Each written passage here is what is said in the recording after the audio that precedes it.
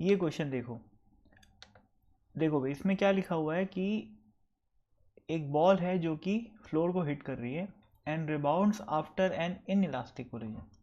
ये जो in elastic word है ना, इसको ध्यान दो, इन इलास्टिक कोलिजन हो रहा है।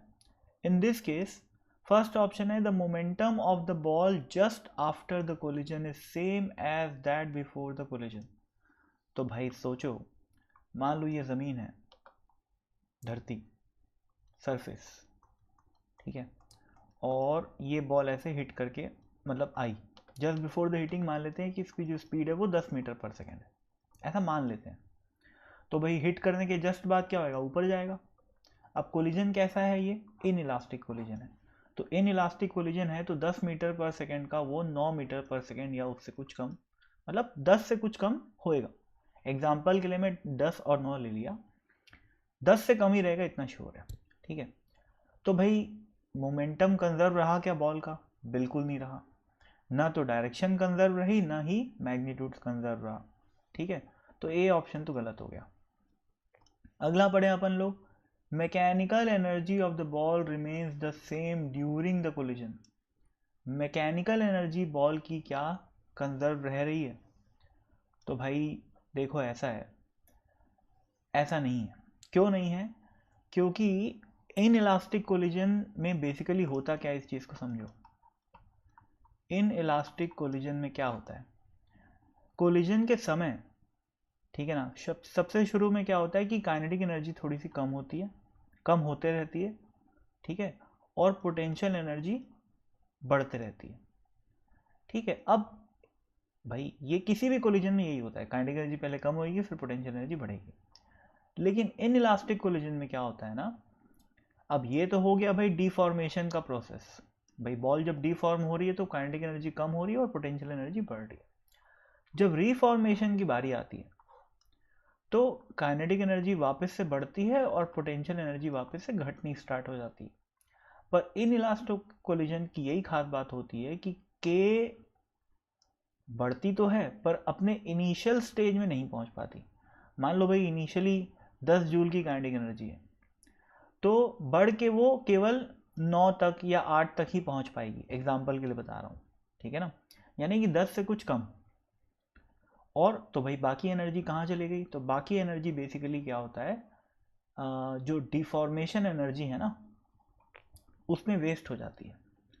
भाई बॉल में जो डिफॉर्मेशन आया है उस डिफॉर्मेशन को कैरी आउट करने के लिए, डिफॉर्मेशन को होने के लिए कुछ एनर्जी का कंजम्पशन होता है, ठीक है ना। तो वो एनर्जी डिफॉर्मेशन एनर्जी के रूप में लॉस्ट हो जाती है, वो रिकवर नहीं हो पाती है, ठीक है ना। उसी को तो बोलते हैं इन इलास्टिक कोलिजन। जबकि अगर इलास्टिक कोलिजन होता है तब क्या होता है, पूरी की पूरी एनर्जी वापस आ जाती है, जितना डिफॉर्म हुआ था उतना ही पूरा का पूरा रिफॉर्म हो जाता है। पर यहाँ तो किसकी बात चल रही है भैया, इन इलास्टिक कोलिजन की। तो क्या मैकेनिकल एनर्जी कंजर्व रहेगी, बिल्कुल नहीं, ठीक है ना, रिमेन सेम रहेगी क्या, नहीं। शुरू शुरू में मान लो इनिशियली 10 जूल थी, तो बाद में कुछ एनर्जी लॉस्ट हो गई, मान लो डिफॉर्मेशन एनर्जी में टोटल 1 जूल लॉस्ट हो गई, तो फाइनली जब वो बॉल निकल के आएगी तो 9 जूल की एनर्जी उसके पास रहेगी, काइनेटिक एनर्जी, ठीक है ना। तो इनिशियली 10 से फाइनली 9 में आ गई, और इन बिटवीन क्या हो रहा है, थोड़ी सी एनर्जी जो है डिफॉर्मेशन एनर्जी के रूप में लॉस्ट होते जा रही है। तो entire duration of the collision में भी एनर्जी जो है वो कंजर्व नहीं रहेगी, ठीक है। तो बी ऑप्शन भी गलत हो गया। बात करते हैं सी ऑप्शन की, the total momentum of the ball and the earth is conserve. तो भाई ये तो ऑब्वियस है यार, देखो भाई अर्थ, मान लो ये अर्थ, ये अर्थ है ना अपनी, दिस इज अर्थ, और ये अपनी जब बॉल इस पे हिट की, मान लो यहाँ पर हिट की, तो भाई जो नॉर्मल रिएक्शन लगा इन दोनों के बीच में वो तो इक्वल एंड अपोजिट लगा ना, क्योंकि वो इंटरनल फोर्स हो गया। अर्थ और बॉल को मैं अगर एक सिस्टम मान लूँ तो नॉर्मल रिएक्शन कैसा हो गया, इंटरनल फोर्स हो गया, और इंटरनल फोर्स हमेशा इक्वल एंड अपोजिट लगेगा, तो वो टोटल मोमेंटम में कोई चेंज लाता तो है नहीं। तो सी बिल्कुल सही हो गया। डी की बात करें तो total energy of the ball and the earth remains the same, ये भी गलत हो गया। क्यों गलत हो गया, क्योंकि भाई क्या अपन लोग क्या पढ़े, थोड़ी सी एनर्जी डिफॉर्म डिफॉर्मेशन के रूप में जो है वो ख़राब हो गई ना, थोड़ी सी काइनेटिक एनर्जी किस में चले गई, डिफॉर्मेशन में ख़त्म हो गई। तो डी ऑप्शन भी गलत है। ठीक है,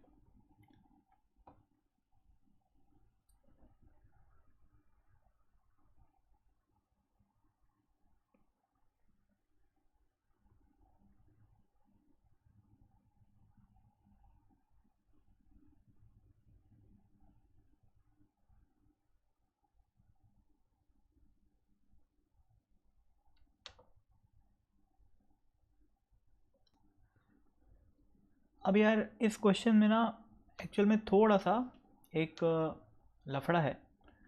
वो लफड़ा है, मैं क्या है बताता हूँ। अब अगर मैं ये जो टोटल एनर्जी वाला फ्रेज लिखा हुआ है, इस टोटल एनर्जी को मैं मैकेनिकल एनर्जी अगर समझूं, तब तो भाई डी जो है आंसर नहीं होगा, क्योंकि मैकेनिकल एनर्जी में क्या क्या आता है, मैकेनिकल एनर्जी में आता है kinetic energy plus potential energy. ठीक है ना, तो भाई काइनेटिक एनर्जी और पोटेंशियल एनर्जी में तो लॉस हो रहा है। क्यों? क्योंकि काइनेटिक एनर्जी का कुछ हिस्सा किस में चले जा रहा है, डिफॉर्मेशन एनर्जी में चले जा रहा है। और डिफॉर्मेशन एनर्जी बेसिकली क्या होती है, एक प्रकार की हीट एनर्जी बोल लो। ठीक है, या तो हीट एनर्जी के फॉर्म में वो डिसिपेट हो जाती है, या तो फिर कुछ मॉलिक्यूलर लेवल पे ट्रांसफॉर्मेशन हो जाता है, और एक प्रकार से जो अंदर की एनर्जी होती है, किसी मीडियम के अंदर की एनर्जी किसी भी फॉर्म में एग्जिस्ट कर सकती है। वो वाइब्रेशनल एनर्जी के फॉर्म में एग्जिस्ट करेगी तो it will be known as heat, है ना। या फिर उसके मॉलिक्यूल्स के बीच का आपस का अरेंजमेंट चेंज हो जाएगा तो उसको अपन पोटेंशियल एनर्जी में चेंज भी बोल सकते हैं। ठीक है, लेकिन इंटरनल लेवल पे जो पोटेंशियल एनर्जी का चेंज आता है उसको अपन लोग मैक्रोस्कोपिक स्टडी करते समय नहीं देखते हैं, है ना। उसको पोटेंशियल एनर्जी नहीं बोलते, उसको अपन एक शब्द में क्या बोलते हैं, डिफॉर्मेशन एनर्जी। अब भाई वैसे बोलोगे तो हीट एनर्जी क्या है भैया, heat energy is nothing but a form of kinetic energy at microscopic level. तो हीट कोई अलग से एनर्जी तो है नहीं।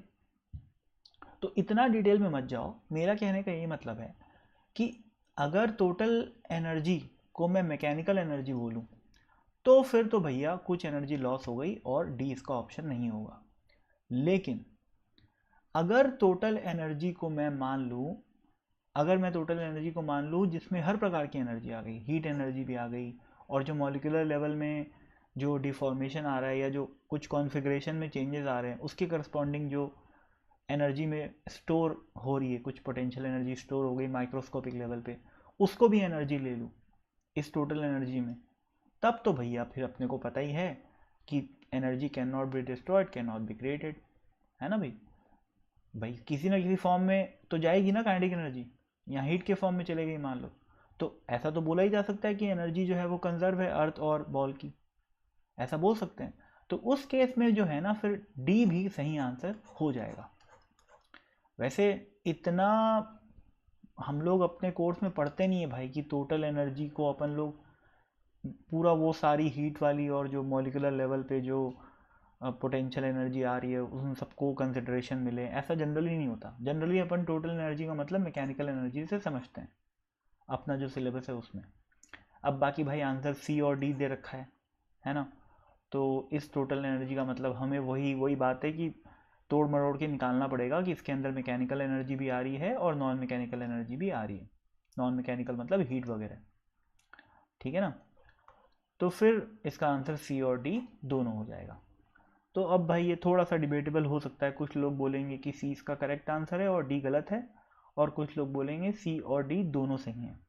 लेकिन मैं बता दिया कि किस कंटेक्स्ट में सी और डी दोनों सही हैं और किस कंटेक्स्ट में केवल सी सही है। ठीक है ना। तो ओवरऑल अपना टारगेट क्या है, डिस्कशन करना। थोड़ी एम्बिग्विटी आ जाती है कई बार लैंग्वेज की वजह से, तो वो यहाँ पर आ गई है, तो उसके लिए ज़्यादा तनाव में आने की ज़रूरत नहीं है। ठीक है।